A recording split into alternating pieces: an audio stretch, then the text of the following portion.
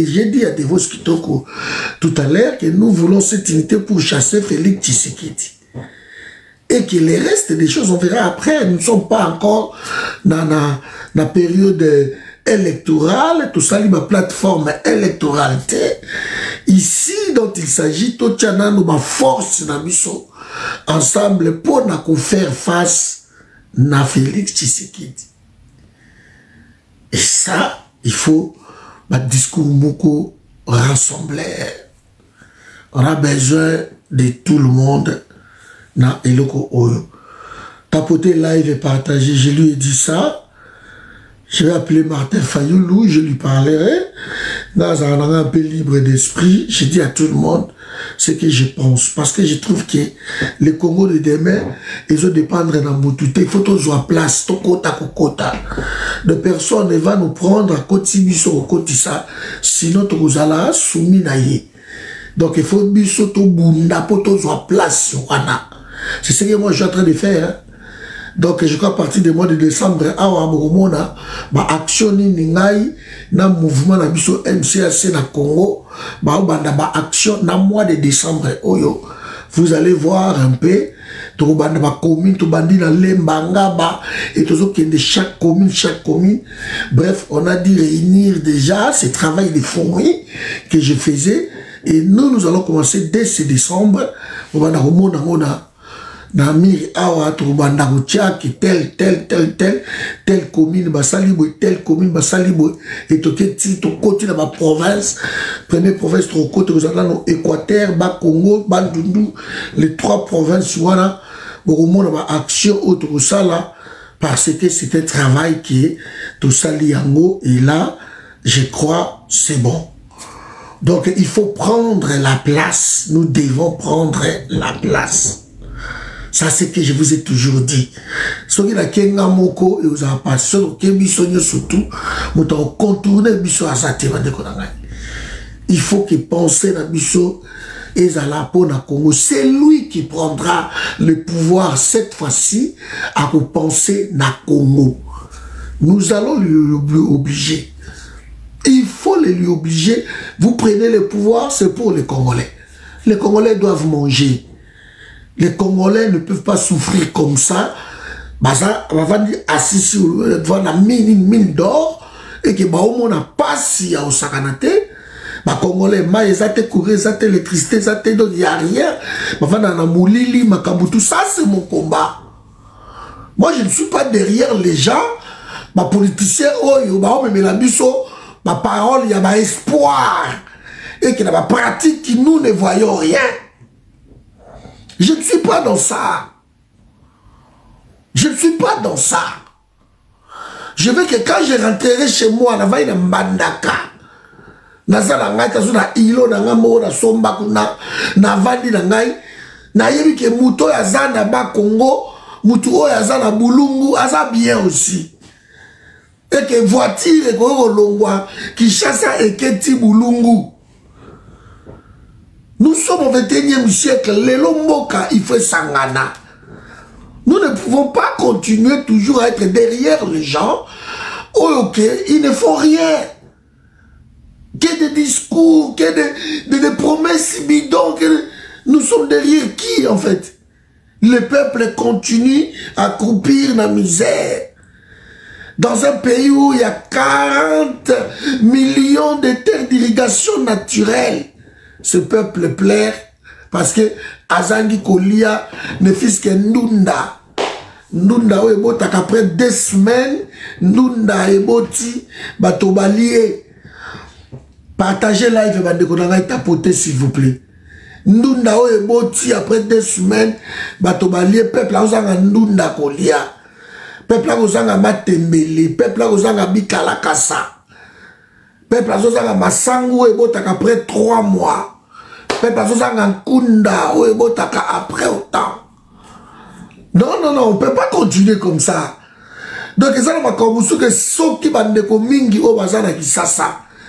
Si peut-être ils sont aboutis par ces genres de discours, par ces partis politiques, nous autres qui comprenons déjà Makambo, il faut toyer bandege nini. tu vois sa message mouké. Vous verrez à partir du mois de décembre à Wanenge, les MCAC, à partir à Congo, et au téléma, tout ça déjà la statue d'Abisso, tout ça la droit à Congo, on a tout ça là, tout a été prévu. Et là, tout ça là, tout. Chronogramme, les alliés, vous verrez, règlement d'ordre, les alliés. Et, Torobanda, là, il faut que là, maintenant, on a besoin d'un discours, il y a qu'on rassembler, bateau. Mais surtout, continue la période électorale, et vous allez soit Bakangingai, soit on passe des alliances, na Batu Oyo Bakolinga, Nini, parce que nous avons un programme, où ils ont bien chiffré, bien établi, bien chronométré. Nous avons des personnes au Bakoki qui ont assumé ma place au Bakosala. Mais nous n'allons pas nous mettre na Batu. Tout comme la Boya au travailler, na Joseph Kabila, la Boya au travailler, na Félix Tshisekedi. C'est lui qui viendra après. Nous allons être là, mais il faut prendre la place. Parce que ceux qui tout travaillent, t'es pour biso, tous en place, si kuna. Alors, tu vas la queue, et vous allez tout la batou bazui, et ma bengi biso, ma pesi biso mkila. Nous voulons manger sur la table. À moins que vous m'yébite, n'ayez bozali. Mais ce qu'on m'yébi, n'ayez ozali, nous voulons manger la table.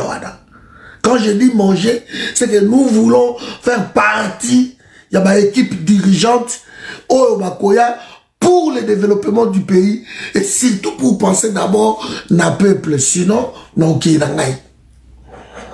Sinon, non, qui est dans l'aïe, et n'a qu'à lire. Ne vous inquiétez pas, son ami qui est dans l'aïe. Non, qui est lire. Donc, vraiment, il faut comprendre que na Kinshasa, et ça, bande surtout au na Kinshasa, comme l'anga inbox na kopesa bino numéro, il y a bamakambu oyo banda awa, à partir il y a décembre, tout banda ba décembre nano, pour ça la moi ba action belé, na ba commune, il y a un budget qui est prévu, et le budget est là, tout ça la biloko wana, commune, tout qui est na Équateur, tout ça li, tout qui est na Bandundu, tout qui est na Bas Congo, comment bande ngai? D'ailleurs, aux perdre l'eau au Moroté.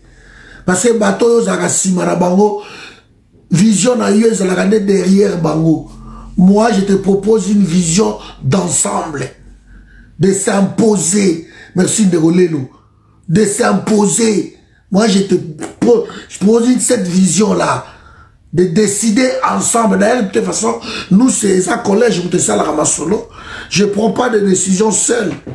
Et ça t'aura toujours dans le collège. Autre décidaka, tout ça la c'est tout. On a plein d'étudiants, on a des responsables. Vous allez voir, surtout ça fait des années que tout ça la rapport action, gauche droite dans ma quartier, dans ma ligne de façon tout ça siffler et belé bakabolongo dans quartier, nous surtout ceux qui coulent dans côté ba siffler des fois donc en décembre les orphelins, les personnes vieillards, tout ça, on les fait souvent. Fêter bien, par-ci par-là. Non, on a quelques bateaux, on va travailler pour la bicho et que to foutarabango peut quand même bon au bazakou dans la Congo. Donc, ce n'est pas facile de Gonangaï, mais cette fois-ci, nous voulons mettre la main dans la pâte. Batunyo surtout, oyo. Travaillaka peut-être mbongo na bango, peut-être bateau bazana ba je ne sais pas moi ba cabine bateau baliba bandelo ko moko boye ba maman na wenze papa banani. Nous allons commencer quelque chose en donnant na bande ko na biso ba fond ba banda gauche droite et que so ba pesier $200 à banda mbongo. Alors, nous ça $2 par mois. Donc, si on te donne $200, il y a mon banamombo, ça $2 par mois. C'est ma pension $100, au ça $1 par mois. C'est tout. Donc vous comprenez, on veut à l'asphyxier dans le système de Bangoana, il y a Mouzo, il y a son appel sur Mbongo, aux hommes c'est la rabat, 60%, tout ça, ça ne marche pas. Donc le peuple est démuni, il faut aider dans le côté Wana. Et petit à petit, ma solo, les côté. Croyez-moi, dans 2028, croyez-moi, tango bakoye la bango ba t-shirt bakoye la bango ba 2000 francs ba 4000 francs bako bouler bango te. On va voir à côté ba étudiant, on va voir à côté ba ta maladie, on va voir qu'est-ce qu'il faut faire, ça c'est un travail qui a été prévu. Contacter équipe ya Kinshasa bazawana ko hésiter te, tout allons toujours bien. Nous voulons travailler hors circuit ya bato oyo parce que ce qu'on a dit bango tous années tu ba esclaves mokobo, ils sont toujours habitués. Il y a sombara batu. Donc ce boye pembe na bango, ce n'est pas pour bokanisa makanisi, mais pour ba somba yo. C'est ce qu'ils ont toujours fait. Et ça, croyez-moi mes amis, ça ne passe pas. Ça ne passe pas. Alors, pouvoir mieux surtout sur les communes à Souka. Et ça a un système na siko.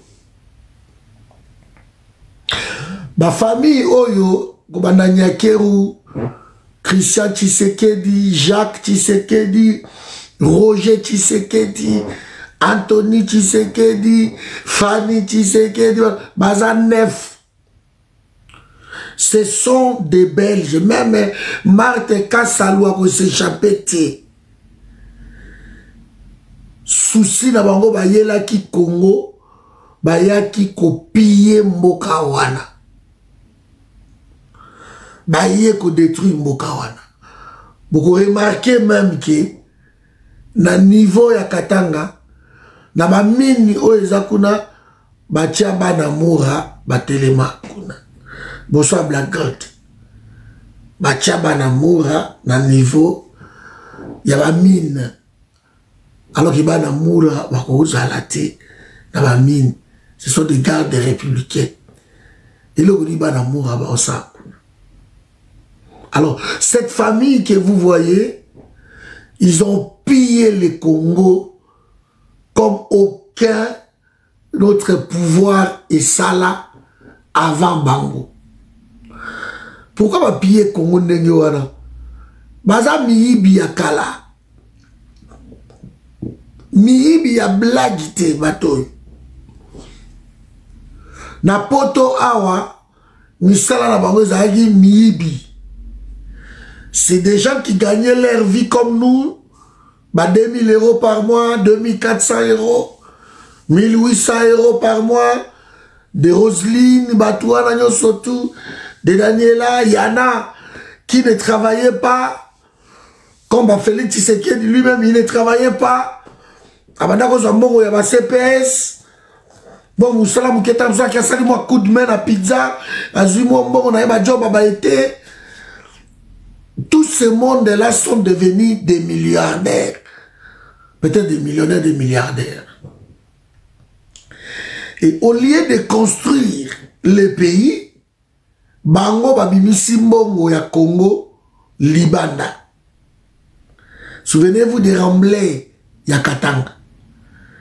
Donc, batie mena bango mebas nakati ya ba richesse ya Congo et que le peuple a au monde de l'autre côté. Maintenant, ce que fait cette femme-là, Nyakero, donc, bazana ba équipe na bango, bazo repéré na ba réseaux sociaux, ba influenceurs, na ba influenceuse.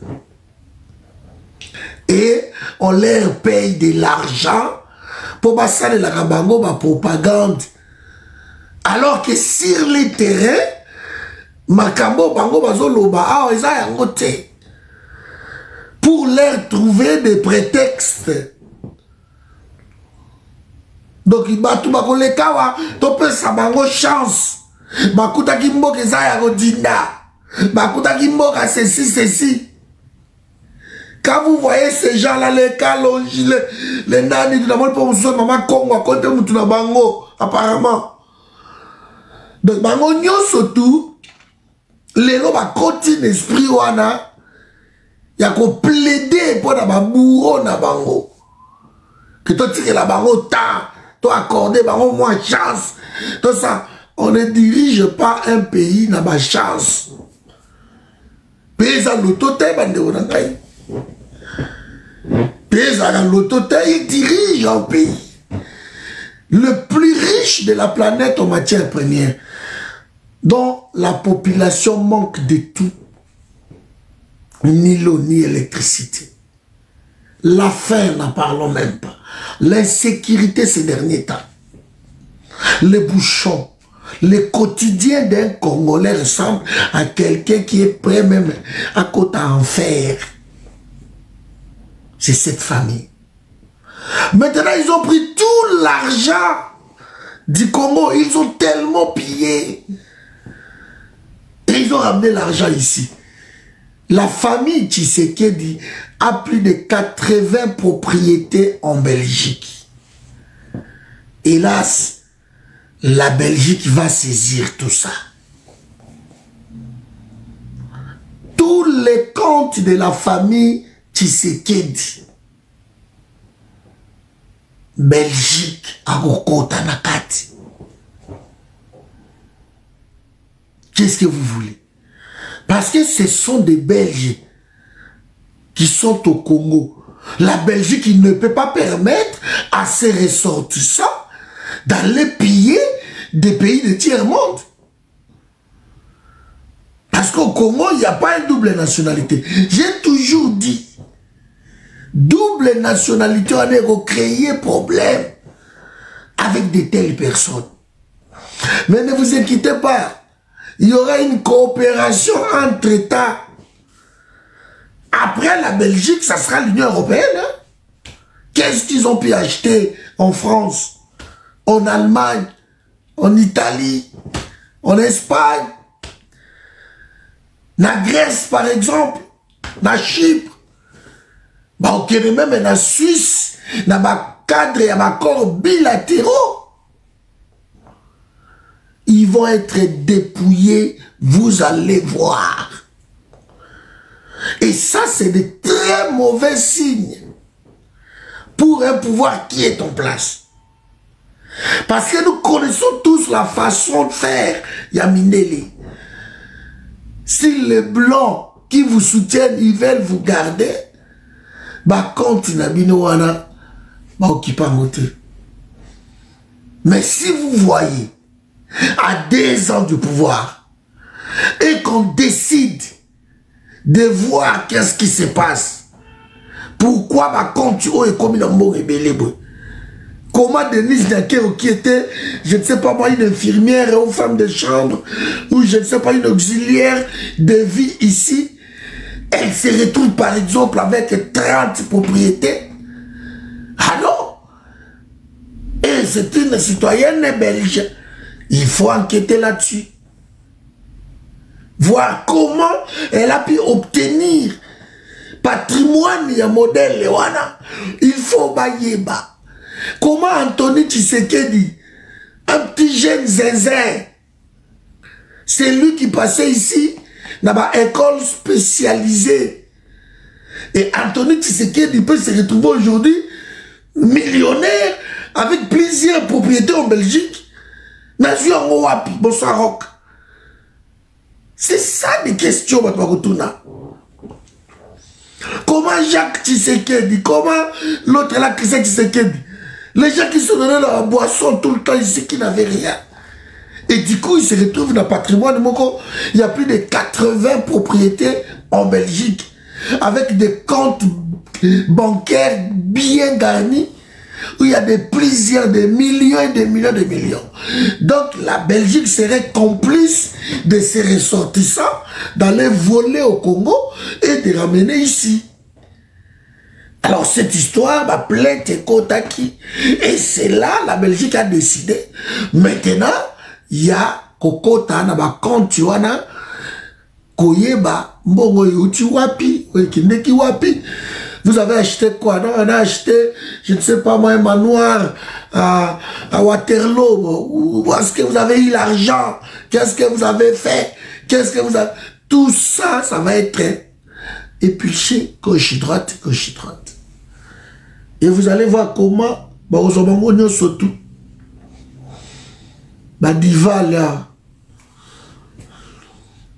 Bokassa, ils sont morts pauvres. Obiangema a tout abandonné en France. Tout. Des maisons, des milliards et des milliards. Il a abandonné en Suisse. Il a abandonné. Donc ça, Basoraka a maillé l'été. Le problème c'est ça. Basoraka a maillé l'été. Que ma prédécesseur, Mobutu, que vous l'acquisiez, Mobutu avait beaucoup d'argent. 5 millions, 8 milliards, ceci. Et ça, où sont des maisons de Mobutu en Europe, par exemple? Il y a Cap-Martin que Mobutu avait acheté, île de Cap-Martin. Et ça, Wapi, ma propriété à Suisse que Mobutu avait déplacé. Et c'est la glace qu'il avait déplacé, même à rail, il y a un train, apparemment, il y a eu trop de bruit quand les trains passaient. Et ça,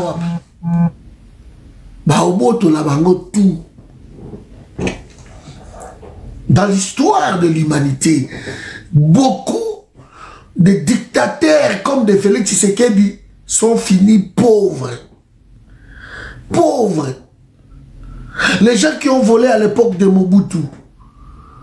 Tu comprends qu'on s'est retrouvé dans Bango? Ah ouais. Leurs enfants travaillent, hein? Ils gagnent 1800 € par mois ici. Leurs enfants travaillent 1400 € par mois. La famille Mobutu, des cousins, des neveux, les enfants des généraux, les enfants de je ne sais qui, des ministres qui étaient autrefois. Ils travaillent ici. Ils travaillent ici. Vous allez voir. Vous allez voir, Bandeko Nangai. Et ça, c'est de très mauvais signes. C'est aussi une pression d'amener Félix Tshisekedi. Allez-y au dialogue comme ça, il va être dépouillé. Vous allez voir. Apparemment, ça se dessine, ça sera vers le Togo. Apparemment. Ça sera vers les Togo. Préparons-nous. Mais je vous dis, mes amis, cette famille-là que vous voyez derrière moi, Bazana Baba, ils sont dans les babas, mon frère. Bako risqué de faire Kangabango. 5 ans de prison, ils ont envie. Vous allez voir. 5 ans de prison, ils ont envie. Vous allez voir. Continuez toujours à leur trouver des prétextes. Un pays de maudits, un pays de malades, où les victimes trouvent des prétextes à leurs voleurs, à leurs bourreaux. C'est le Congo. Un peuple sans frein. Un peuple à cou raide. Vous croyez différent de nous? Vous croyez? Que faisait Nyakeru ici? Que faisait Nyakeru à la poto? Elle travaillait dans quoi?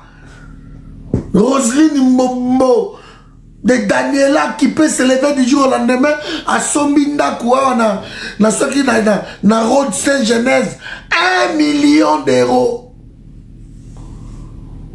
1 million d'euros. Mais la Belgique, il ne refuse pas. Tant Bozoya, c'est un système colonial. Si vous voulez, hein? Bazo bawana ya ba noir. Baso ka bambongo ba yaka nango biso to ya mbakaka. Ils ont même des banquiers spécialisés. Des banquiers spécialisés. Dès que vous prenez le pouvoir, ces banquiers arrivent. Ces banquiers arrivent pour vous dire, écoutez, ce qu'on fait, c'est quand chiffré, boyé, ça va être ça, ça va être ci, ça va être ci, ça va être ci.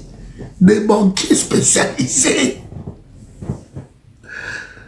Ces banquiers-là, ce sont des banquiers de la République. Ils le savent très bien que celui qui vient d'arriver au pouvoir, c'est un dictateur. Alors les dictateurs, on va leur miroiter que non, bon, on a dit non, c'est que m'attaquer, ça ne va pas marcher, venez avec votre argent, venez le garder ici. Et toi tu dis, ouais, c'est bon, hein? Allez, on envoie des millions, des millions, des milliards, des milliards. Mais eux, ils aiment ça. Parce que ce sont des pays, parce que dans la matière première, mais ils utilisent que leur cerveau. Et parmi les cerveaux, on va utiliser la ruse, fait partie aussi. Le malin. La malignité. Ils savent comment. Ils savent comment.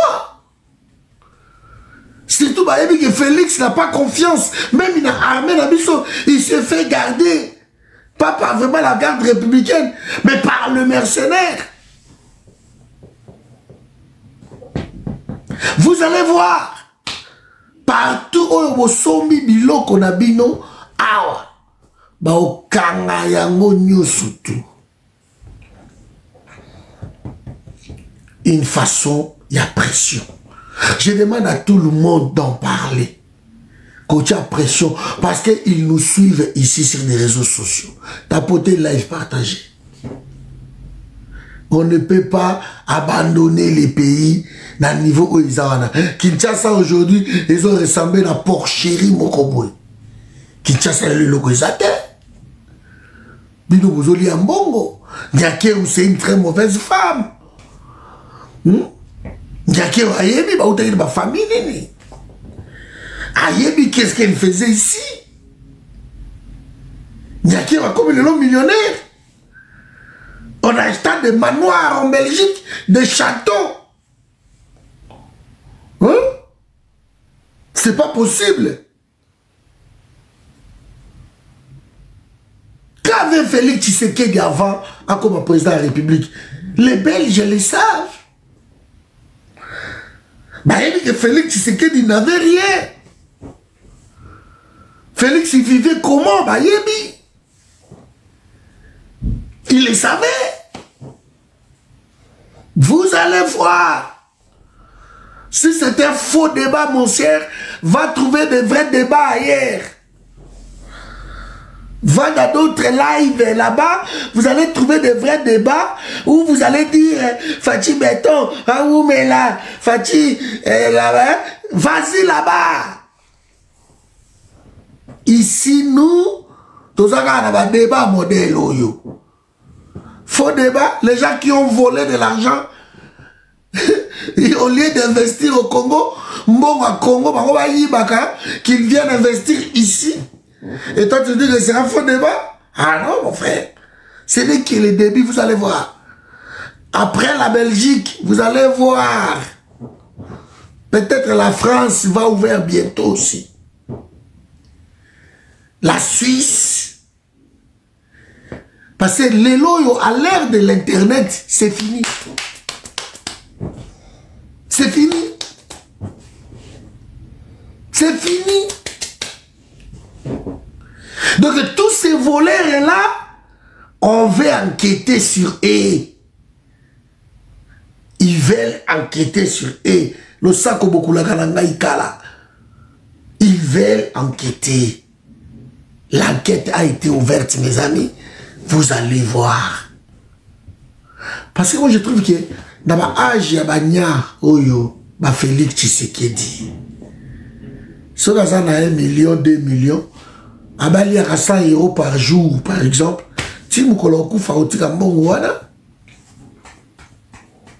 donc tout cet argent, on va amasser, compte garni, millions de millions, ça sert à quoi tout ça? Pour nous ça boum. Que pendant ce temps-là, les Kassai, Ezaya, Okufa, Nya, qu'est-ce qu'elle a fait à Walungu? Walungu Nzela Koutezate. Nzela, qu'est-ce qu'elle a fait à Walungu? La première dame ici. Elle a volé plus que toutes les premières dames de la République. Qu'est-ce qu'elle a fait à Walungu? Qu'est-ce qu'elle a fait? Mpoyi we toi. Biso to kate mpoyi, to kate kamuni. Bazande kwa kete bino te mpoyi. Et mpoyi azo comprendre te. Bon, bah faut compter, elongezate. Bon, il y a des gens c'est pas la peine, donc c'est un lâche. Parce que c'est lui qui soutient Félix Tshisekedi Enya, il faut que tu aies longi. De ce que tu aies longité, c'est un lâche. C'est un faux compte. Peut-être par exemple, tu écoutes la Kanabaroga, la Nzela Awa, Abanga, Kabazo Banga, ils ne sont même pas sûrs. Ils ne sont même pas sûrs que tu as le pouvoir de cordon bonjour, cordon boni, cordon nini, cordon ceci, cordon. Ce sont ce genre de personnes. Ce sont ce genre de personnes. Donc un point où est toi où? Faux compte. Tam sous Denis Nyankeru Yewana.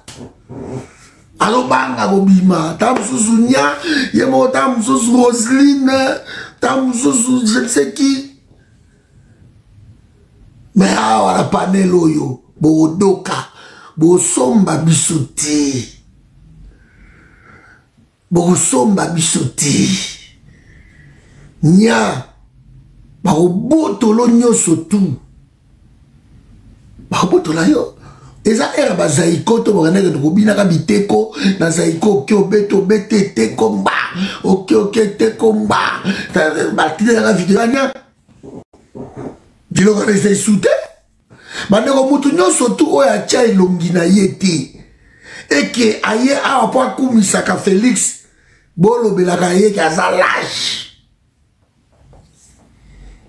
azalash biso to bundisa limondo mais t'as la biso elongezo monana 1m80 elongezo monana yeyo donc tozo monana tobanga elogote to monana mais vous qui avez le pouvoir vous vous cachez pourquoi et surtout qu'est-ce que vous faites encore ici en Europe? Vous soutenez Nia mais retournez-y, allez-y vivre là-bas. Ça ne passe plus, Baderonangaï. Nana yebi eloko moko mes amis. Que quand les Occidentaux commencent na biloko tomoni wana, c'est que mabe koti. Quand ils commencent à regarder les comptes des dictateurs, c'est qu'il y a un problème qui arrive. Ça, je sais. Par expérience. Parce qu'on a tellement suivi gauche et droite ce qui se passe par-ci, ce qui se passe par-là. Quand ces gens-là commencent à fouiller dans ma compte Nabino, c'est qu'il y a un problème. Quand ces gens-là vont dire, écoutez, la justice congolaise ou la justice, bon, ce sont des Belges, par exemple. Quand ils vont dire que non, les Belges n'ont pas le droit d'aller piller un pays d'Afrique sous prétexte que non, basa d'origine Yakuna, et ramener cet argent ici, les Blancs travaillent un peu dans mon image, na bango. Ba ONG wane koti maso. Boromona. Sassou Nguesso azolila. Bomoni Sassou Nguesso a reçu France koya. Traoré balingi batia pression. Traoré lobi. Aiso rabi ba otia pression ani. Abi dans un compte kuna te na mbuka na bango. Je mets pas l'argent là-bas. Tout l'argent que j'ai, c'est ici au Burkina Faso. Mes comptes ils sont ici. Mes maisons, j'ai acheté une maison sur Burkina Faso. Qu'est-ce que je vais aller faire là-bas? C'est une bêtise. Que bateau yo ba pia ka mboka na bango, ba ya ko somba ka na libanda.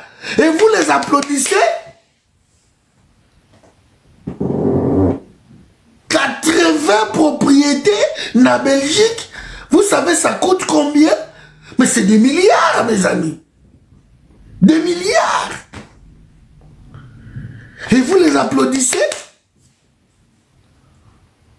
Hein? Vous les applaudissez? Parce qu'on vous donne quelques miettes. Hein? Mais c'est pas possible. Ça vient d'être révélé ici. Et même Louis Michel a parlé de ça. Il y a un homme qui a abonne-toi. Quand tu as le soir, abonne-toi. Il y a $1, €1 par mois. Abonne-toi.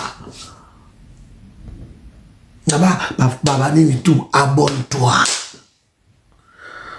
Abonné. Au moins, il article moko ebimi babati. Au moins, on a mail na yo. Abonne-toi. On ne peut plus encourager des politiciens qui pillent l'Afrique pour venir enrichir l'Europe.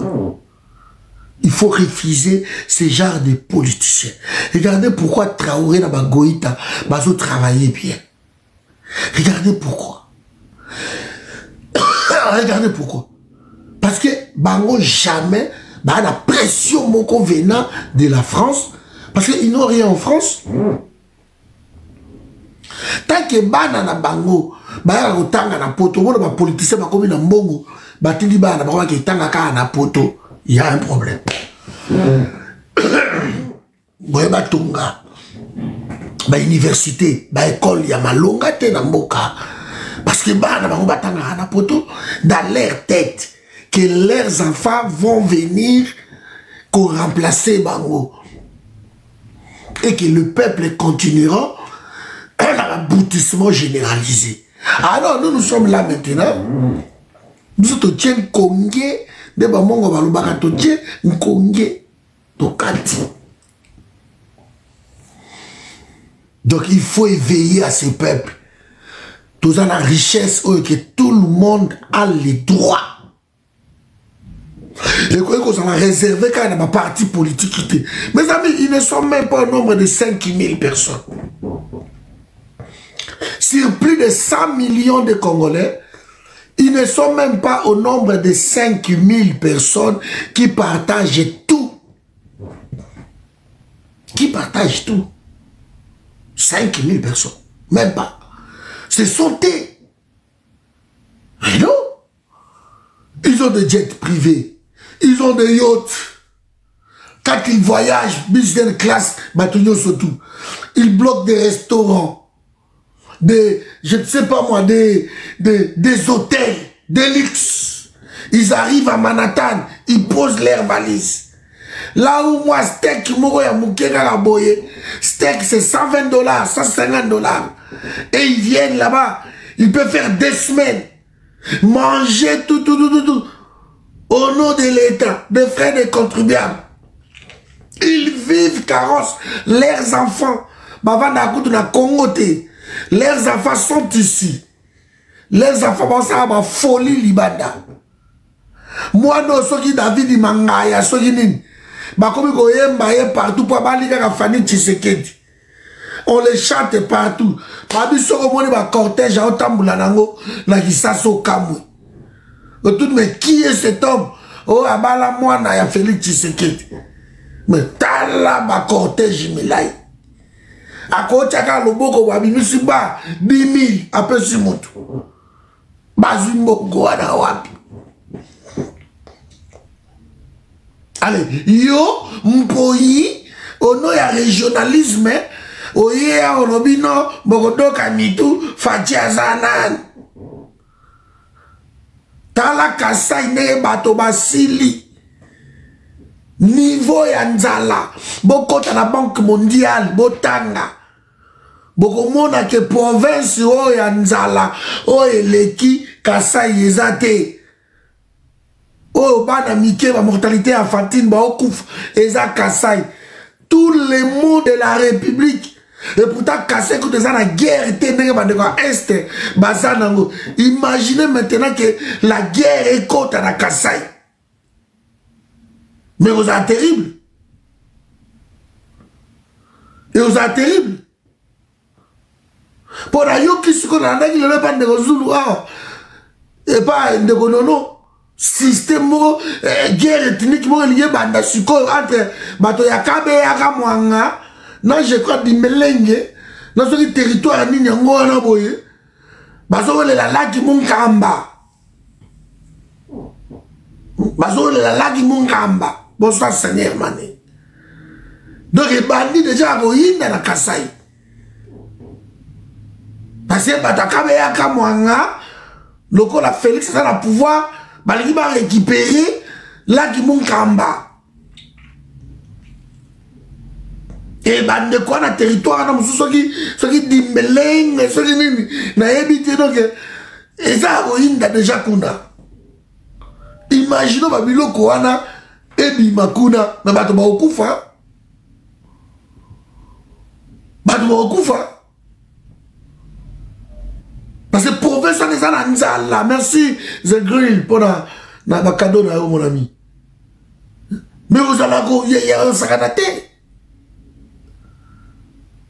Bon tonga na mboka, bon investir. Bon sala ou bon sala. Vous prenez tout l'argent de la République, vous gardez l'argent de la République ici. Mais il y a un problème. Il y a un problème. Donc maintenant, la suite, qu'est-ce que ça va donner? Mais je vous dis, je mets ma main à couper. Par expérience, mes amis. Ceux qui battent au you, dans le lunettes. Ceux qui battent au you, babandi kokota na ba compte na bino. Babandi kokota na ba patrimoine au bouché awa na poto. Pouvoir wana il va des soutis. Il va des soutis. Parce que comme on a un moment moko que Anthony a voyagé à combien la Belgique ba kangi. Ba interdire à quitter le territoire. Et comme à la période avant son seulement. Et comme que Jacques Tshisekedi a yaki boy awa parce que bazana immunité mon côté ndo moni bangoana. Bantoni, Banya, Banan, Montazala immunité pour protéger, c'est Félix Tshisekedi. Et peut-être Jacques Tshisekedi, le cosa numéro 1 à sécurité qu'on a, peut-être.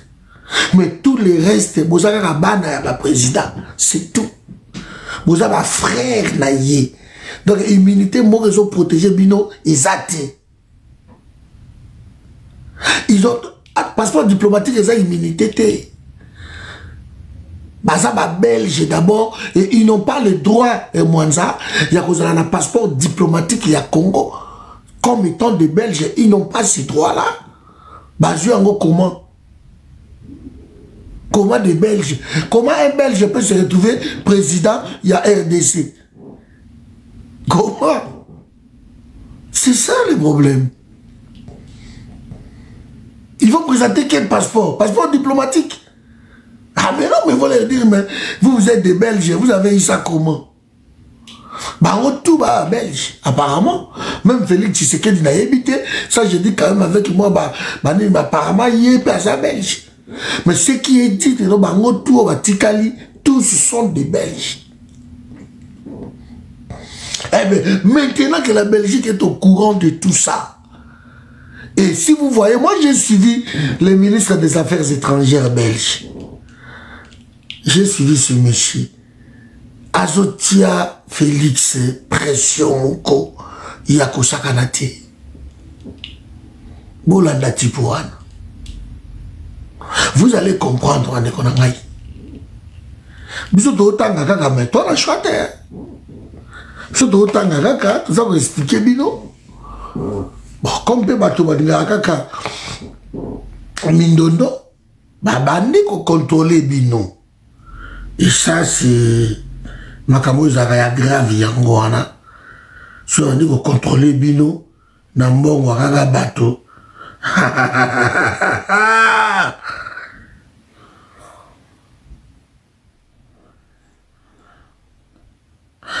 donc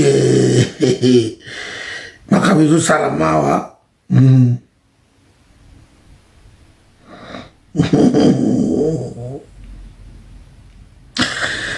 donc avançons seulement.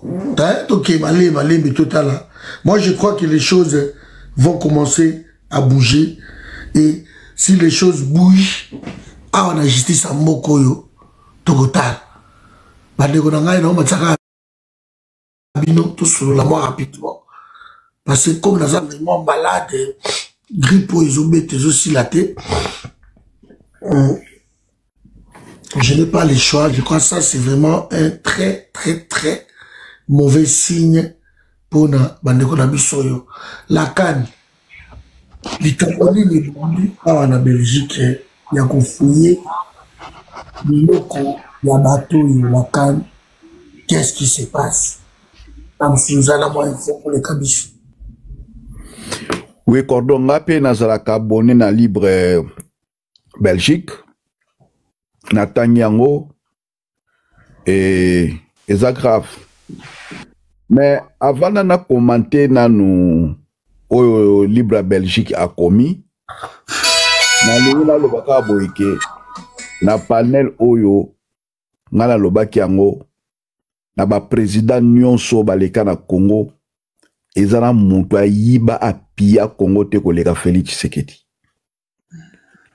Et azate soki botali Mobutu ayibaki pe ebele mais asalaki ba réalisation mais ayibite lo lenge oyo Félix Tshisekedi na famille bayibi.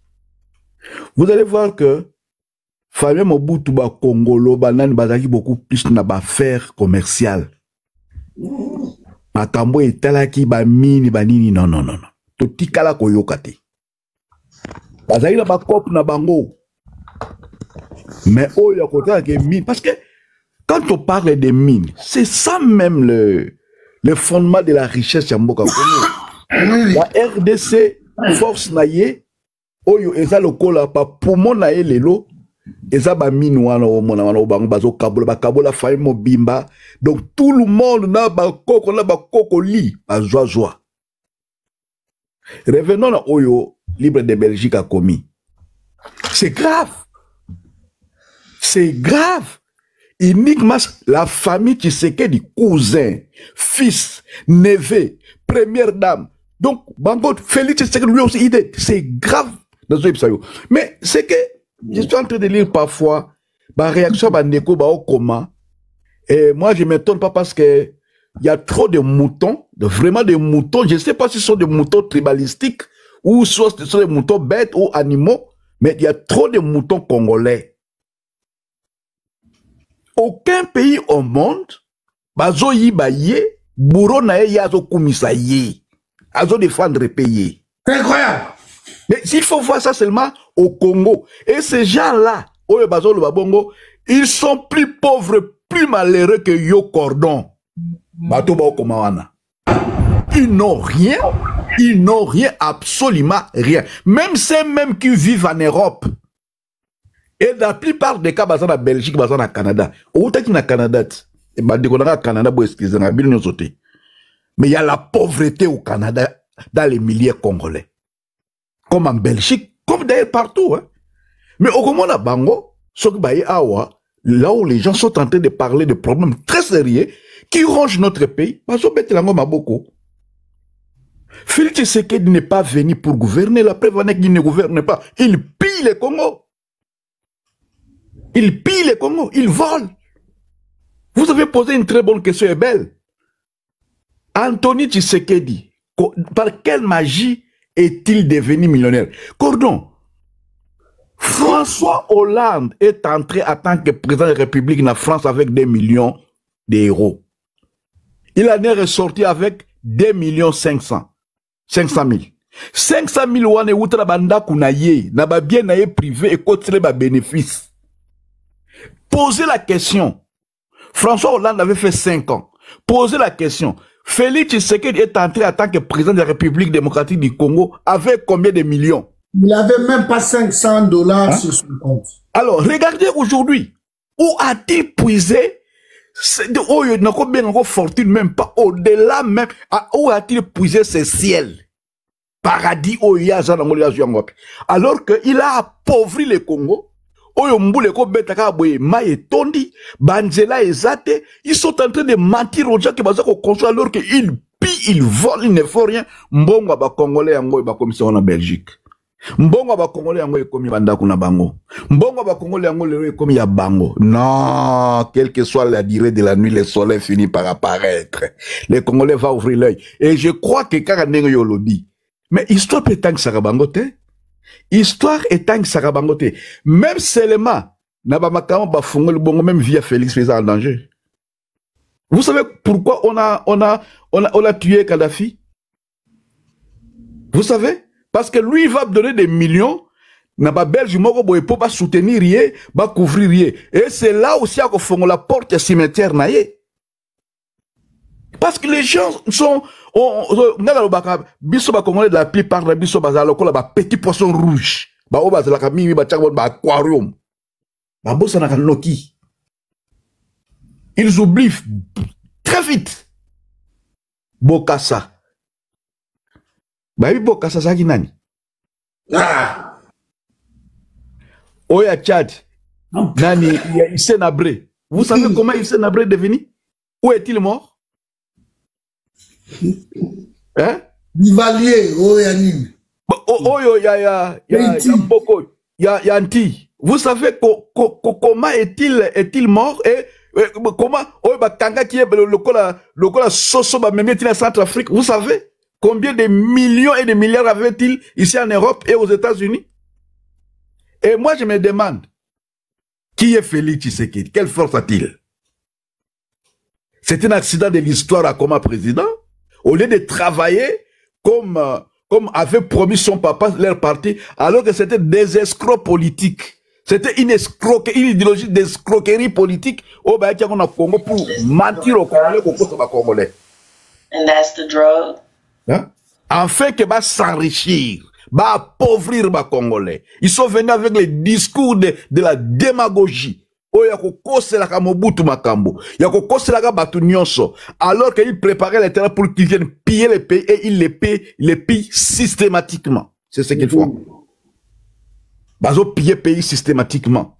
Eh, mais moi je sais que ceux qui ont moni, qui a commis au belé là, ceux qui ont protégé, c'est qu'ils ont lâché yo, à kokio li sous-souté. Donc, des grands moyibia Félix, bah belge, bah kokité, bah Sandy. Et on va voir le cycle. Nenge ezoken. Maman oyo première dame oyo, moi sur. Ba maman nyos ba leka war ba maman Mobutu. Ba maman Bobila Dao. Même Massia Kabila, Olive Lembe. Cette femme de Kabila se respecte. Mais maman oyo, histoire moyibi e bani na Congote. Maman azaki tchekolaise. Vous voyez bien côté? Abomete ba tchekolate. Batula bat venir na Londres, batula bat abalo beta tchekula. Bon, c'est quoi? Non. Moi, je crois que famille Wana, c'est une famille non seulement maudite, mais c'est une famille très dangereuse pour la République démocratique du Congo. Le peuple congolais, il faut vraiment qu'on s'en occupe dans cette situation. Ce n'est que le début du commencement. Et moi, j'en appelle même là-bas Congolais, partout où ils sont, il faut commencer à dénoncer ces gens dans la ville. N'a pas mairie, n'a pas justice partout. Puisque tout ce qu'ils ont fait, tout ce qu'ils ont pillé dans le pays, ça a entraîné la mort de millions et de millions de Congolais. Ces gens, c'est une famille qui aujourd'hui se présente comme l'ennemi de la République. Des voleurs systématiques et systémiques. Miyebi. Voilà, bandeko nangai, ba o ba rejoindre biso tapoter partager. Famille Tshisekedi Kobanana Nia Jacques Tshisekedi nano yo comment vous faisez nano yo Christian Tshisekedi, Roger Tshisekedi, Anthony Tshisekedi, Fanny Tshisekedi, bango tout bazan neuf Belgique akoti na compte na bango sikoyo baza ko contrôler ba yeba mbongo ba komi nango ibele bazu yango comment parce que baza ba belge baza na droit ya okinde copier la RDC ba mema mbongo awa na Belgique famille wana baza na 80 propriétés donc bato ba comprendre les propriétés peut-être pas je dis naza na monopole wana te baza na 80 mapangu ya minene o basomba na Belgique ba château ba manoir ba okiliko ba immeuble ba nani ba répertorié yango kaka na Belgique ils ont plus de 80 baza na richesse ya osakana te oyo ba amassé ba ya obomba yango na ba banque belge.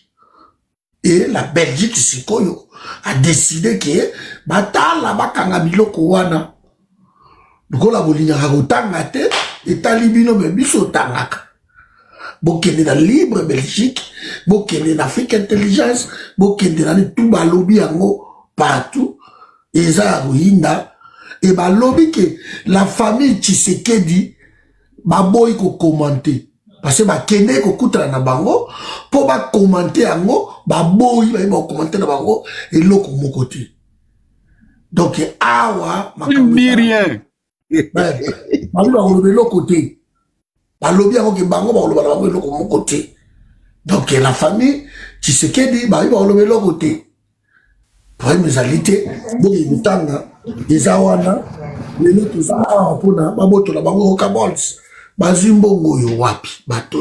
Comment appauvrir le peuple congolais? Sa conscience donc on va venir batumoko bazana étiqueté hein bah c'est transformé comme des bourreaux. Non, mais au moins la batoka ba dadi en matawa aye ko défendre le régime à bon. Mais moi je me pose des questions comment vous laissez ces gens ici? Baza batu ya ko bloquer bango mona la live soute. Comment qu'on défend le régime criminel et à marque wana? Toza la démocratie s'il vous plaît. Quelle démocratie, monsieur Karamiko Nayo? Tu défends des bêtises, tu parles de démocratie. Quelle démocratie? La démocratie c'est quoi pour toi? C'est de dire 1 plus 1 égale 5. Il y a une démocratie parce que tu es libre de dire ce que tu veux, mon frère. Tu n'as même pas honte de venir parler de ces régimes, de la honte, un régime de criminels. Mais regardez comment les gens, tu trouves ça normal? Vous prenez l'argent de la République, bon que vous memango na paradis fiscaux, bon memango na banque, vraiment, c'est maman oyo ndoki oyo o azana sima cordon. Moi so azangi ndokite. Moi so azana sima cordon azangi ndokite moi so aro vivaka longtemps te tozawa. To kundaye na Congo moi so. Criminel. Asali ki chekouler na Belgique kuna aye a mobaye ko za pouvoir mo yibia ki ya le koso ali babani ko faire souffrir pe moi ça la congolaise ti. Cette femme n'est pas congolaise parce que basi na biso ya Congo baba congolaise bazalaka quand même na moi bon sens ata tangité mais moi qui bo moté salaka boni boy ko ata ba yiba kango hein bon ok ba mongo ba cercueil. Moi, je suis congolaise, je le dis. Même coordonné à l'Obakio, non, je doute fort. Cette femme qui a vraiment, un esprit à destruction à Congo, avec son mari. Mouto a poussé Félix et que la destruction de moi, je suis azati. Donc, il y aura un jour, yo kotika mbongo wana ya laquelle yo mabe yo niakeo. Il y aura un jour tu vas laisser cet argent au kendo kotika mbongo wana. Moi ça ndoki misa ko kabola mbongo apesa ba Sandra mabe apesa ba nani mabe apesa ba TikToker mabe.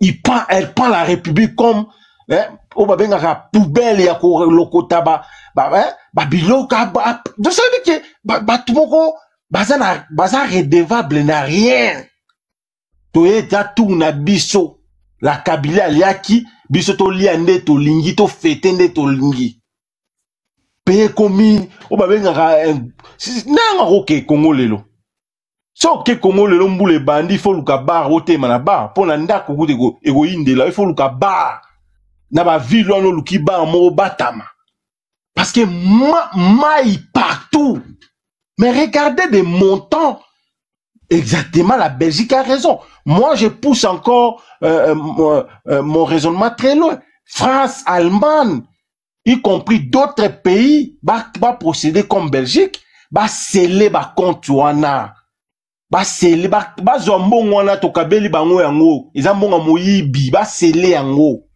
ba bloquer bango ba compte wana bande de voleurs bande des escrocs boza maudit parce que façon no boyibi na Congo boza abilakeli mabe bola takitoko boza na basaki ya boza na bilakeli mabe parce que toute personne oyo azokufa na nzala azokufa na comment est congolais opesi musala te opesi a manger te azobunda ye moko kobima na tongo pake koluka obomi lisusu na ma ya mbula c'est-à-dire mbula ebeti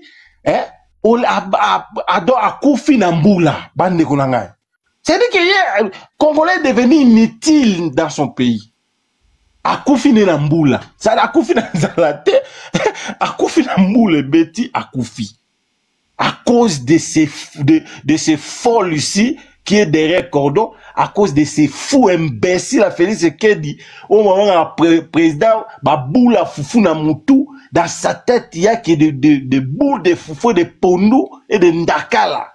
Un président semi-lettré. Ce monsieur, total la bino souka na bino. Total la bino souka na bino bino. Toko maudire bino de génération à génération. Combo Tshisekedi sera le nom le plus maudit, au maudire en haut. Après Bino, il n'y aura aucun Tshisekedi ou à cause de la même, même la Congo. Beaucoup qui m'a exil. Tshisekedi sera un nom banni à la République démocratique du Congo. Ça ne peut pas exister, cordon. Ce nom-là ne peut pas exister. Un nom de criminel. Ou bah toi, bah benga bah solana Satan. Satan peut ça bango, ou benga mission aller détruire le Congolais. C'est cette famille ici. C'est cette famille. Bah une mission qu'on détruit le Congolais. Mais la personne que vous traitez les Rwandais par chaque jour, Kabila. Mais il fallait faire mieux que Kabila parce que bisous Toba que Kabila qui n'est pas nous boire que ça la mieux. Regardez Kinshasa aujourd'hui. Même à l'époque, il y a Rwanda, Rwanda. C'était pas comme ça. Maïe, koufi. On l'écoute ou keba, précaution. Non. Bazu, un handicapé, quelqu'un qui a un malade du sommeil, qui peut ça est ville.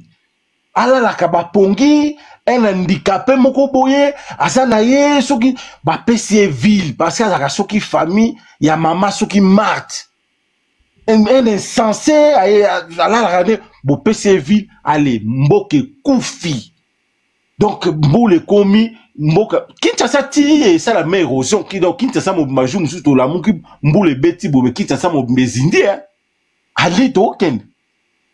C'est terrible. Je n'ai jamais vu une gestion opaque. Il y a un niveau. Je n'ai jamais vu depuis que je suis né. On va faire une émission. On va expliquer. Mais exactement, pardon. Je suis trop là, Congo, Kinshasa, Zindé. Pour venir soutenir un régime comme ça. Voilà la kawat, bozarana etanine. Bon, mais la masanga, normal. Ou yépe na panel, tu commences à chercher à défendre un régime comme ça, des immoraux, un régime de criminels. Parce que c'est qui c'est un criminel économique. Un criminel. Mawe sila na motema, tia fanda kana wa motema place à mawa longo là. A comment na esprit ya dragon. Comment faire les... Dans son livre, livre attend exact comment faire le mal aux Congolais. Donc, il y a un livre,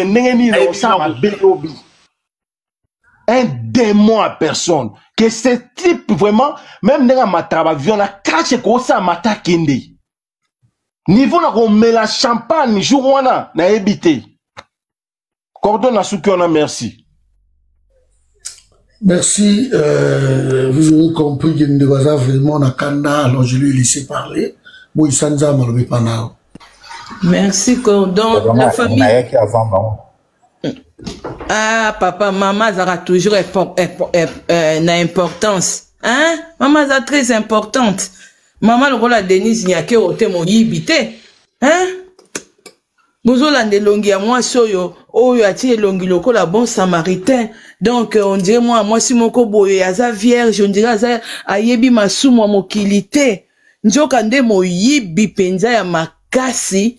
Nzambe kaka merci akeko sunga Kongo na ndenge mususu parce que moi sioyo aza na expérience ya moyibi parce que aza déjà na casier judiciaire ya mabe ye na mobali na ye ba séculaire siko bo tala mboka lokola Congo batu basimbi yango ba séculaire o baza na expérience ya koyiba mbongo donc ba ndeko nanga mais toza mal barré.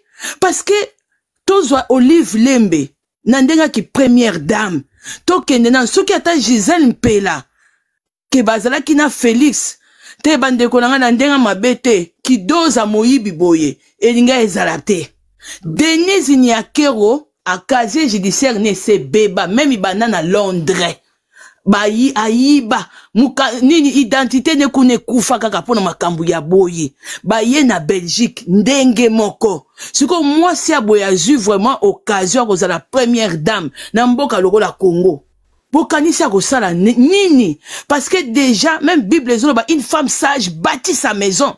Mais moi soyo azalaki kosala na musala na Belgique wana ya bakoko azozo mbongo moko ya 1000 €. Mais ayebi nete ke non na poto kozwa mbongo déjà ko kene musala na ba neige bandi ko koya boye via poto eza facilité. Mais Denise Nyakero a préféré aye na mboka oyo batu baza ko souffrir tina ba province. Mais abke balisa mwana na ye ya mwasi okutu babota na Félicité. Mwana na ye na mobali mususu abalisi mwana na ye ya rwandaise na 3 millions fête sali 2 jours. Oeza ko finga bana na biso ya RDCT. Oeza ko finga bisote. Est-ce que Denise Nyakero soki ozalaki na Belgique ndeko ozalaki na poto est-ce que okokai kobalisa mwana nuna ba montant wana ndeko langa ndeko aimé. En tout cas, ce que baboy, à moins que no kaka, oza kaka na, oza na banyei na mutu yaya, ozolo bake kosa, ozo sentir haine, na mboka oyo penda batu baza ko souffrir. Hein? Oza na haine ya makasi. Ndeko aimé, est-ce que mbongo ya RDC, eza ya tata ya Denise Nyakero, yo so mona bino bofanda na poto, bosi bobalisa bana na bino na ba million? Est-ce que soki ya zaki na poto? Ndeko, oyo zo koma wana, bana biso bazo souffrir na ba pasi tala mbule beti, ba nzela kuneza malamu te, ba mama na biso même na ba mama yemo baza ko bota, mbonga ko bimeza te, bana mususu kuna na ba couveuse, ndeko ya mwasi zo koma penza, o sentir haine. Est-ce que ça normal penza? Mwasi oyo penya na poto tanga zaka na poto awa, na Belgique, ya ko balisa mwana na ye na ba million? Et puis, na 2 jours, il y a fête. Mais ba Belge cordon, ba aide biso. Parce que toza na ba peuple moko ba misusu, oyo bazo préféré ba si oka ba Denise, ata même Gisèle Mpela soka daki première dame. Moyibe oyo, Denise Nyakero aza na ngone expérience, na Félix, jamais Gisèle a comme na ba niveau oyo te. Et bela mbongo oyo, mindele, na obi ke un mona fanda, katang na mona ba Suisse ba kangi Félix, 7 milliards.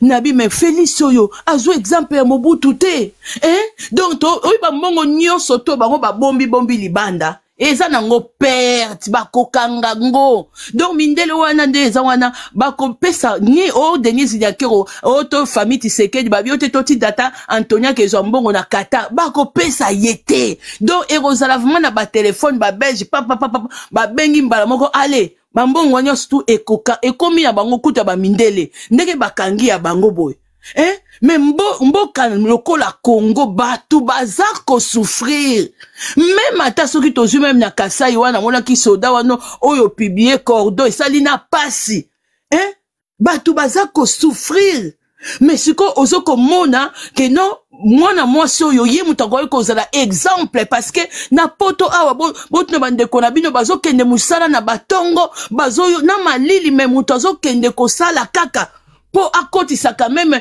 as mbongo pona azala indépendant baza bato bafani na poto bayibi bon même Denise abandai ko ke musala malgré Félix alobaki ke azali kolia na mbongo ya mwasi na ye mais Denise abandai ko ke musala ayebi pasi ya mbongo ya poto ndenge zalaka ayebi yango très bien mais comment se fait-il que mwasi oyo akoko zala exemple te Bataliban, babolole bazoba bakizenge bozo comme la commentaire eza bino Bataliban parce que moi so soka linga ki bino ko beta même tour ndenge à l'époque même Olive Lemba bande ko beta bino bomona ka kendaka ta Kasai bosi bomonye na basaki ya loso to na basaki ya tonso na basaki ese bomona bino bazoba bakizenge Bataliban bo comme la commentaire babolole bino bosi bomona Nyakero na basaki ya loso na banini abeta batour ata na Kasai c'est mec qui da bino bosi bomona ye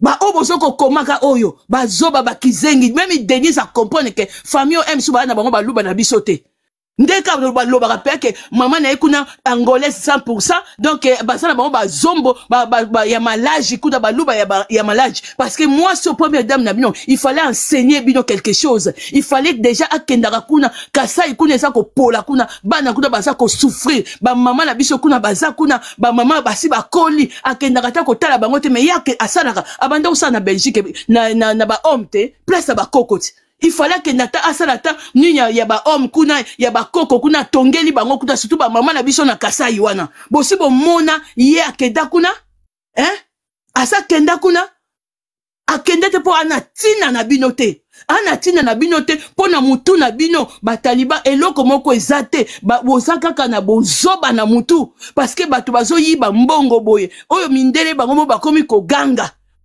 ebele ya mbongo boy RDC za ko souffrir baye ba bomeli biso même tala championnat lelo Félix azoko yamba Léopard azako sepela lorsque bana na biso wana baza ba professionnel ba uti na ba poto ba misu ba betaka na poto yekuta seli bango loko moko te mais azoya ko ya ko sala ki matala na okasa ko tout l'état azako s'investir na sport et loko moko te ba joueur wana kutu baza ko déclarer ba oyo kutu nanu baza na mboka boma kutu boma ba club ebele likola ko détourner mbongo donc mai soke mbula soke beti mboka na biso tozo retrouver sous Congo te tozo retrouver RDC même attends moi petit rien pamba kolia même omoni Denise Nyakero ba congolais moi soyoko yekutu ako influencer Félix da koyiba parce que moi si balobi moi sa bongaka na moyibité lokola yé déjà na casier judiciaire na banana Londres et c'est beba na kimoyibi donc kaka makambu ya séculaire yango wana moni bazana expérience ya koyiba mbongo ya mboka et puis moi soki ezalaki ata Gisèle Mpela tokokaki ko respirer mais il y a depuis poto azalaki na expérience ya koyiba yango otikali pe ko bota na Tshisekedi te malédiction zo kolanda yo kaka ba makangu muso pembeni bazo bota yo ko bota te parce que oza mwasi moko elongeno zo lakisa wana mais oza motema mabe mais ba mama na biso Kasai o ba koli ozo kikata ko kende ko tala bango te banda wita botala kaka Félix soka ke na mbujima ikuna omona ye Denise bakei na ye mais ye moko na volonté na ye moko azwa avion aglo bakenona ke de kotala ba mama wana atala kabango te parce que ya yebi ke pouvoir o bazui eza ya arrangement qui première dame na eza ya arrangement tika na sasa Congo cordon e bino bo tinda lisu ba lettre bo koma lisu bo bisa ba belge bo encourager bango musalo bango ba bandi ba tika te bo encourager bango nde bazana pouvoir boye bakanisi keso ba longwe lelo ba okesa ela mbongo wana bo kosi na bino bo kosi parce que mindele ba ko récupérer mbongo wana. Et puis boye bango botu na biso ba congolais ebele basala ba démarche pour ba récupérer mbongo Mobutu na Suisse ba boya est-ce bazwango bazongisela Congo mbongo wana bazongisela te ba Suisse baloba ke non Mobutu akozaki na banyongo est-ce na kosi makam na zola ba bandeko nanga ba Suisse baloba ke Mobutu azaki na banyongo mbongo ekozonga te ndenge pe ya bino ndenge za wana o bozoko bomba wana ba congolais bosala tu bokomela bango parce que comment batu bakosala biso boye batu ba fai na poto. Même si Félix. Il y a une différence. Il y a une très grande différence. Bambongo oyo bango batie na ba pays oyo libanda oyo. Bakozwango te parce que baza ba Belge. Ba Congolais te. Ba Français ba bloquer bambongo ba président congolais, ba ministre congolais, banani. Mais bango ba Belge. Donc la Belgique azana droit ya mbongo wana ekozya na Belgique nani papa quand tu tapes sur parole azati mais non mais ça quand tu parles la parole c'est pour ça que na on attend au za contre cordon kita na yoko papa hein oh toujours papa comme c'est important maman mutazolo banalinga itekana na mona kita na nous cordon akita ako comprendre les fonctionnements. Parce que osa sima dadi, osa sima ya nevi, obeni ngetuka mindodo. Toko lina malunga o yago lobo bicho politi. Tika mama sisa nano anya tabiloko. Ako mata sima kitana nous ako comprendre les réponses. Osa la choix te faut aussi décision wana, osa modo et pas au kata mo isanza modo.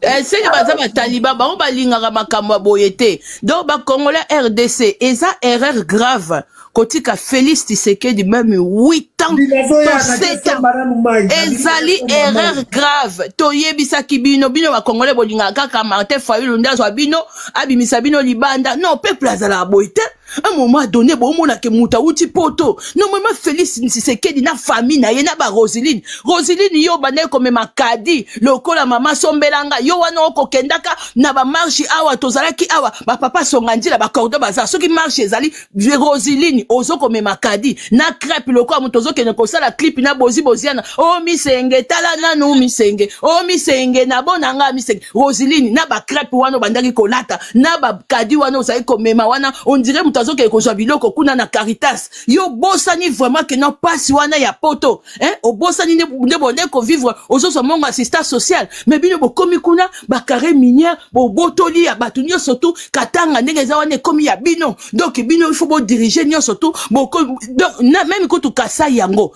miba na moni moko komi olobi non Joseph Kabila muza bo aboma miba siko eloko nini ngo zangi siko po bozongi sango kasi eloko nini ezangi bino batu boza na pouvoir yango miba yango ezongi te pona nini yango na kamwaka penye bato basoutenaka Félix bino na ba tribalisme na bino na kamwaka parce que boza na ndie boza na ba bongo te comment province quoi mbujima ba diamé zali malgré miba ekufa mais bokoko zongi sango bosimbi nyonso na maboko hein tala ndenge bozoko yiba na province batukuna yango bakatange pe bravo parce que grâce na bino nde bokendaki ko porter bango plainte na famille oyo nde tumboli makambo ebele bizoko mona awa ndenge za bakatange balale bino bo meka ko kenda Congo central te bo kende te po kune ko zakaka mwa ngonga moko ebeti bo kufi na mabele parce que bakatange nde bazoko tika bino boko mona kindoki penya ya visa famille oyo ko baza famille te Denise Nyakero aza première dame moko, il fallait pas ala na muto ya Congo parce que cette femme azala ki de na espérance abo yibi na poto.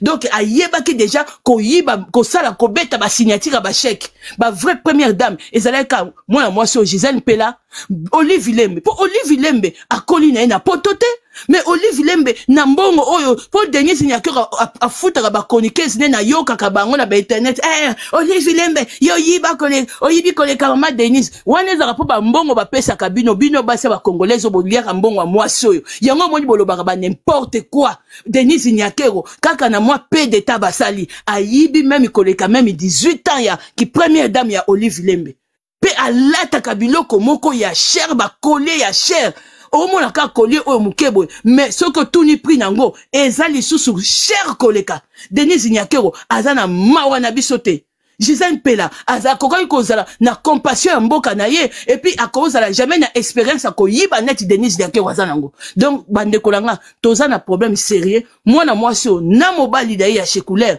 en tout cas soki ba démarche onde mindele ba bandi ba bangisi bangote e kozala pasi ba kolimwisa biso mboka po Denis Nyakero so botunika collier oyo bokoyo kapri mwana mwasi alinga biso te tant na mona kaka na Kasai kaka kune pa mobali na ye na professeur mobali na ye soit disant basio ba ndeko ba Kasai ba soutenir pouvoir oyo okomona akenda te soki ezana ba vieux déjà Denis Yemoko akendaka Kasai azongaka kotika badon to a créer loko moko kuna aya koyebisa biso kaka zoko kosalela bato ba matalana na za orpheline et oso sala elonga mawa wana ese lobi loko te po e bombi hypocrisie na motema mabe bolingi mboka na biso te bozalaki bana poto moko ifalaki bo enseigner kasi 18 ans ya Kabila fani na poto te Kabila za Belge te Olive Lembe pa fani na poto te za Belge te mais bino boye na bino nde lisusu ko doubler lisusu passe ya ba congolais et belé ya mbongo boye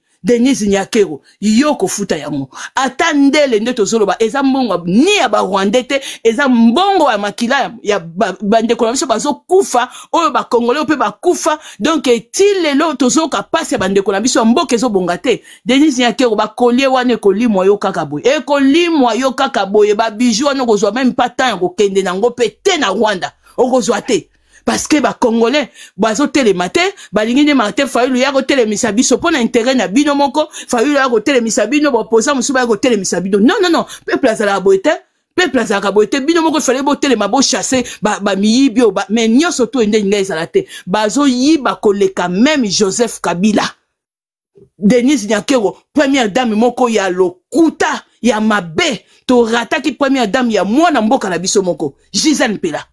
Parce que Gisèle Pela azalaki déjà mwana oya koli na vie ya bien akokaki jamais kozala na esprit ya koyiba boye koleka même Nyakero jamais mais nzambe pe merci pour obotaka na félicité eza pe kaka etumbu ozomona ndenga azobotisa bato mususu mais na ba cousine Félix bodondwa mais yeba yango Roseline okozonga na crêpe na yo wana lokolo ozokende osala missionnaire okozonga na kadi na yo wana lokolo ozokende kosomba biloko na Caritas okozonga po yo Roseline yo Tshisekedi d'abord yo yeba kike non pas yo biso to bande ko marcher po na mboka na biso ebonga mais bino boye na pouvoir bokomi ko yiba mbongo mboka na biso bokomi ko sala onyo stu bolingi miba yango wana bobomi miba na Kasai kaka bozaka kaka Kabila muze mutu baboma yango bongo bino bozozela nini obozokozela nini po bozongisa ba diamant ezaki na Kasai bozozela nini olie bokende kosidisa kuna na Katanga kuna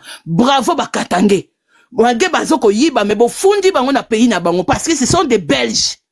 Ce sont des Belges. Ba Belges ba yibi Congo. Donc bango ne bazawana. Donc justice rozamulaye. Donc bango tokotika bango te. Tokotala bango lokola ba noir te. Tokotala bango lokola ba Belge. Toko ba Belge bana na bino ba yibi mboka na biso. Que soki yo lobini ni dadi.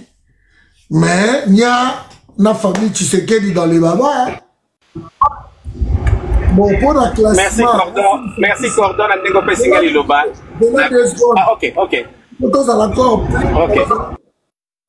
De la MCBino que RDC, Nouvelle-Calédonie, na Nini, parce que l'objet de ça, il a un live, et parce que tu vas battre l'équipe Nini, ou tu vas préférer, on va faire live dans la journée, tout ça là-dessus, donc RDC, Nouvelle-Calédonie, ba okutana na Jamaïque où ya ko gagner nda okutana na RDC donc tous en droit à match kakabo moko Celui qui gagné, soit Nouvelle-Calédonie, soit Jamaïque, allez, tout au côté. Et deuxièmement, classement FIFA et Bimi. Donc, ça c'est, la personne bino ba info wana. Bolimbisabo, Tombokate, Bandeko, pardon.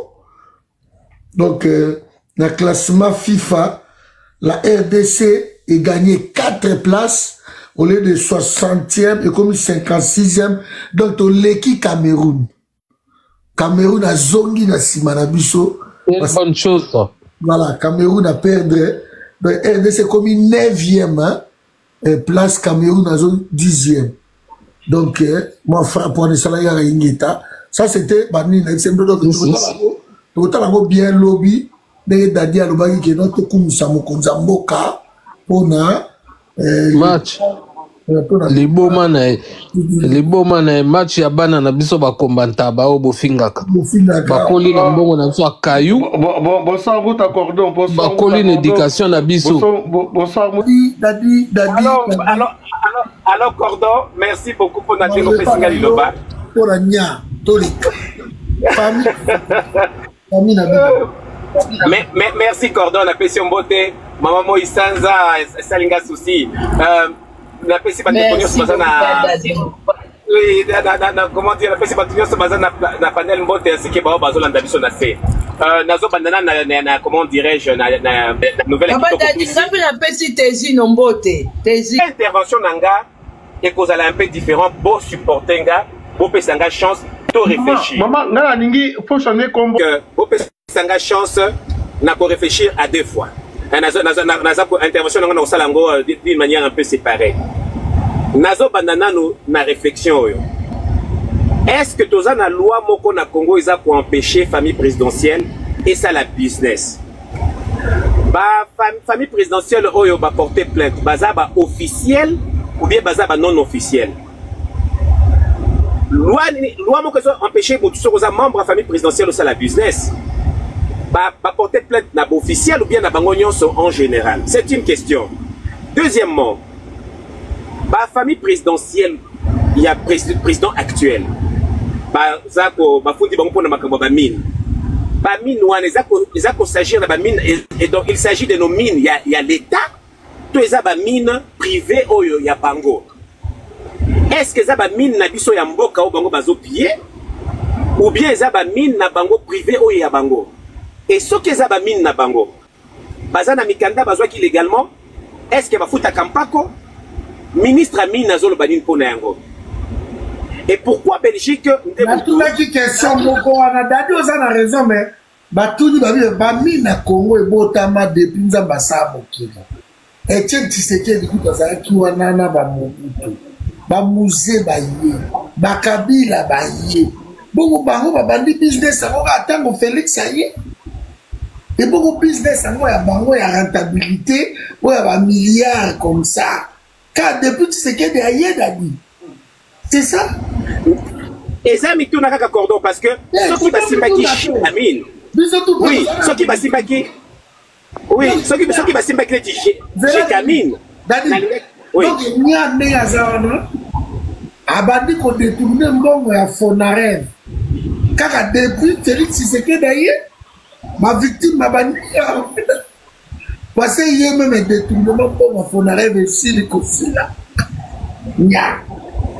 Anthony Tshisekedi a commis millionnaire.